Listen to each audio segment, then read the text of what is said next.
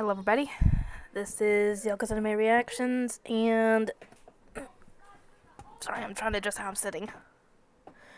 Anyway, this is going to be my review for The World is Still Beautiful, episodes 5 and 6. Episode 4 ended on a cliffhanger with assassins coming after Princess Nike in the underground temple to keep her from completing the rite of elimination. And she manages to evade them long enough for Livius to grab her and hide her in the waterway. Turns out, apparently the royal family has a way to get in there that none of the others knew he had taken. He had snuck out to get to her because he didn't trust... He trusted her. He trusts her explicitly, but he doesn't trust the priests to not play dirty and do this. And he was right to not trust them. Because obviously if he hadn't done that, who knows what would happen to her. Anyway, she uses the waterway to create fog to give them cover to escape out of there. However, one of them somehow finds his way out of there and finds them and goes to attack her. The sword slices through the ring that she had around her neck, Sheila's ring, slices it in half, so now she doesn't have a ring. And Livius gets ticked off about this because, he doesn't want anything to happen to her, and attacks the guy, and almost would have killed him had DK not stopped him. They end up running off, thankfully, before a couple of the others show up, but they don't pursue them. Because, he told them essentially that the king was with her, so obviously he knew she was there. Or he knew that the king had gone in there when he wasn't supposed to. Afterwards, they stop, and he's obviously, panicking because he had come very, very close to losing her, essentially.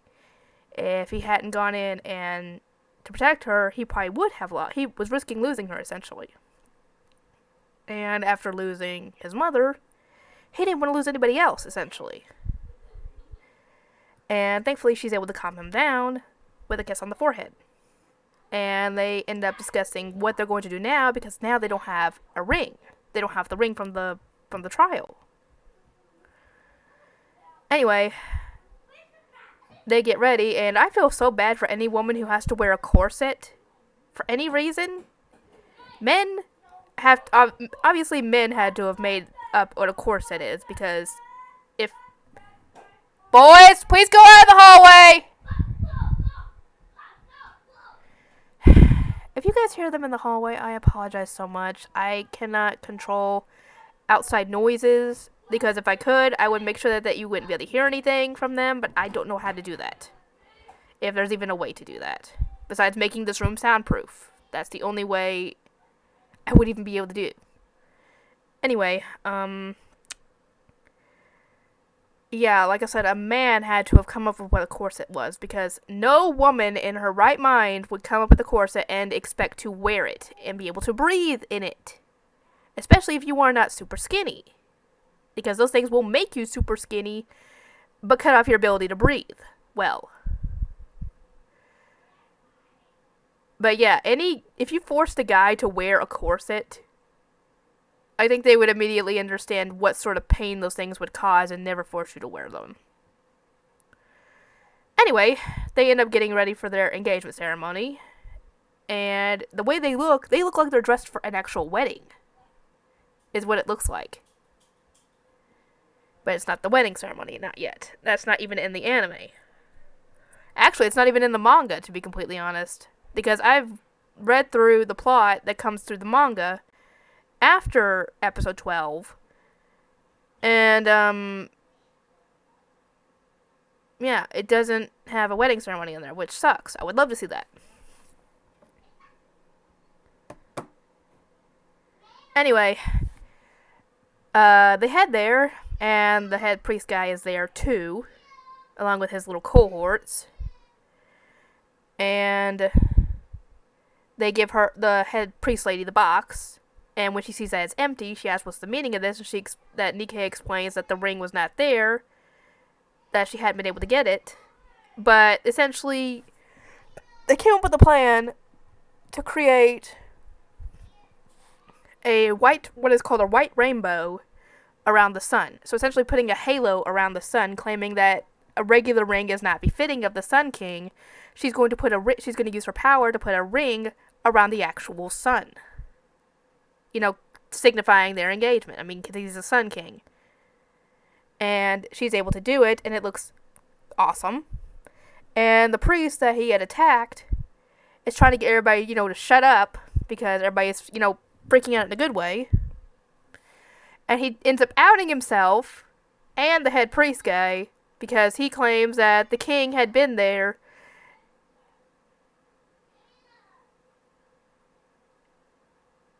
The king had been there, thus outing that they had been there. Otherwise, how could they have known that he had been there? Though, before he can say too much more, the head priest guy smacks him to get him to stop, and the priest lady asks, what is the meaning of this? What are you talking about? And Livius explains that yes, he had been there, but he had been there to prevent Nike from getting killed by them. And the head priest guy has to explain that yes, he did all this because, the king took away all their privileges and stuff when he first became king, and, redid the class system and all that, all that stuff. And the priestess was not happy about this because she essentially said, I don't condone you going against the king like that. So she is okay with him being king. And Nike was going to give him the punishment, which would have been death.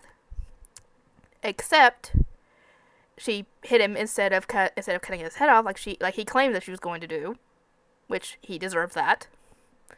And told him that she would give him the less worst punishment of that, which would have been exile, but he has to approve their engagement. So essentially, she's being forgiving, even though he doesn't deserve it. And apparently this goes through. This works. Later on, next episode, oh boy, Princess Luna shows up. And we find out that this used to be a friend of his back when he was a kid, before all this craziness happened and he became king.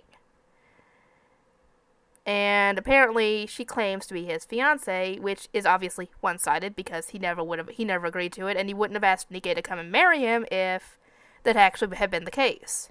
I mean, why would you have two fiancés? That doesn't make any sense unless that world is okay with having more than one wife. Which I don't think it is. I mean, you could have your queen, and then you could have a bunch of concubines, but that's an entirely different story. That's an entirely different scenario. Anyway, Luna hates, essentially, that Livius is getting married to someone other than her, and essentially it makes Nike feel bad about herself, because all the stuff she's having to study, dance, politics, all the other stuff, she can do perfectly. And it's flaunting it in front of Nike, claiming, oh, I'm a better match for Livius and all that. Although she calls him Livy. Which is, I guess, this is what Nike ends up calling him, Livy. And I found it hilarious that when it came to nighttime afterwards, Nike went to go to bed, and Livy got in the bed with her, and I was like, oh, Luna's gonna have a cow when she sees this, because Livy is sharing the same bed as Nike. I mean, normally, couples would share the same bed, but Luna is obviously very ticked off that Nike is his fiancé and not her. And he, apparently it's normal for him to sleep naked. So he starts unbuttoning his shirt, and I'm like, oh god, this is gonna get worse. And Nike is obviously freaking out as well, because, well, she's probably having the same thoughts that I am. And Livius mentions that you can perform some services, like before him. She's like, services? What services? And then Luna pops up, asking the same thing. And I knew she wasn't gonna be happy with this. And later, they're doing the dancing lessons, and Luna asks Livius for one dance, and some of the maids end up making comments about how those two are perfect for each other, and this kind of upsets Nike, because all this has been accumulating.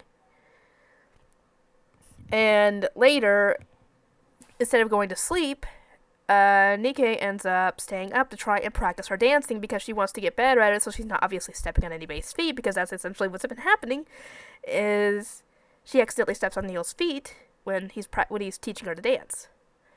And Livius finds her doing this, and he helps her by being her partner in the dance, and Luna sees this and is freaking out, like, why doesn't he look at me like he's looking at her? Because he's looking at her with, he's actually happy. He's actually smiling and happy in the way he used to be, I guess. And later on, I think I'm assuming the next day, Luna shows up with two horses wanting to have a duel with Nikkei, and apparently this is something in her country, her kingdom, whatever, that involves racing to the end of a cliff, and the person who, essentially a game of chicken, on horseback. Person who pulls back first loses. And Nikkei accepts this, even though she doesn't technically have to. And Nikkei tells her while they're riding along that she loves Livius she loves his faults, his weaknesses, the good parts of him. She essentially loves all of him. The bad parts, the good parts. And Luna is kind of spacing out at this. And she ends up falling off her horse and over the cliff, and thankfully, Nikkei can keep her from falling with her powers. And she thankfully got her off back on the cliff, but it ended up straining her a little bit when she did that. So later, we find out that Luna is going back home, because I guess she has accepted that Livius is happier with Nikkei than with her. And she asks Nikkei to summon the rain so she can hide her tears with the rain, essentially. And Nikkei obliges. As for how things are going to go in future episodes, you will just have to wait and see. And oh boy, oh boy, oh boy. The last 3 episodes are insane, I think. Not really insane, but they're crazy. Anyway, I'll get to work on uploading this, and I will see everybody next time.